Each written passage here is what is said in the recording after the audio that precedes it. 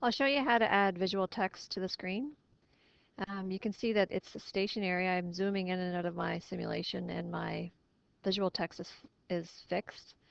Um, on the Fixed Resources library, near the bottom, you see this tab is called Visual, and I just dragged and dropped a billboard.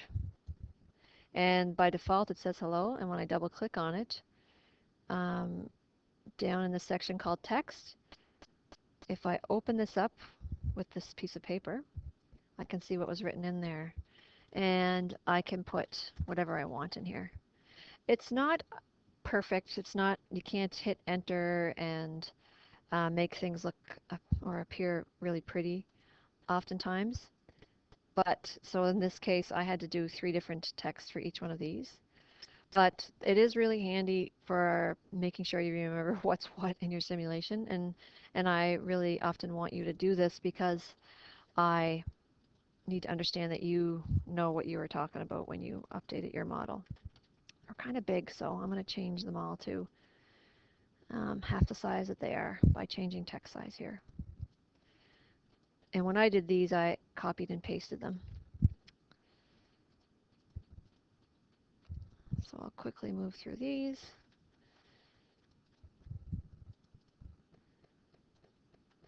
Oftentimes I will ask you in your assignments to add visual labels to um, the screen so that I know you understood and were um, clear on what was going where. I guess this is as good a time as any to do a couple of dribs and drabs of things that I've already done in here and you may not have noticed. But every once in a while, so when we opened up this flow bin item, we lost our visual window. And sometimes people can't find it. You can see this tab here, so I could alternate back and forth between the tabs by clicking back and forth. But once in a while it closes, and it doesn't mean that it's gone forever. It just means that that window was closed, and now there's nothing here. So if I want to open that up, I just have to hit this 3D model view again, and then that will allow me to find what it is I'm looking for. And I'll add our sync back in here. So in order to do that, I'll scroll up and reconnect these objects together and reset my model.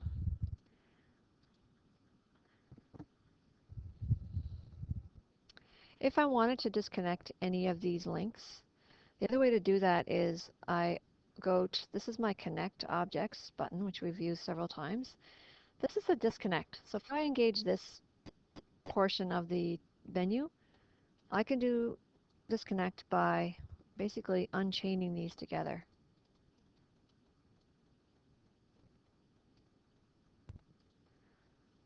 Another interesting thing for you to understand is that because Flexum is basically one giant statistical model, the simulation, when we run this, there's constantly statistics that are being captured. So if I run this for a while, and I'll crank up the time here. Oh, processor 5 cannot keep up with the arrival rate of this queue. And it looks like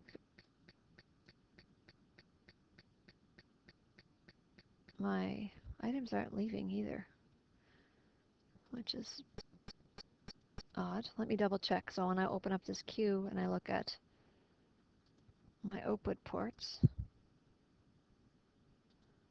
well, it's connected properly.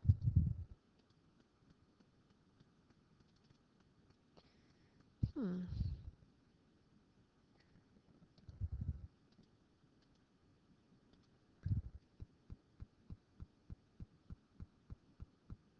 Not sure why that's happening. Anyway, I'll figure it out in a minute. Um, so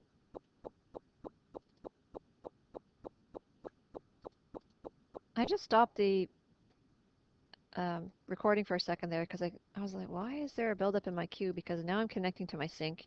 There's no time assigned to a queue, and the sync is where everything's terminated, so it didn't make sense.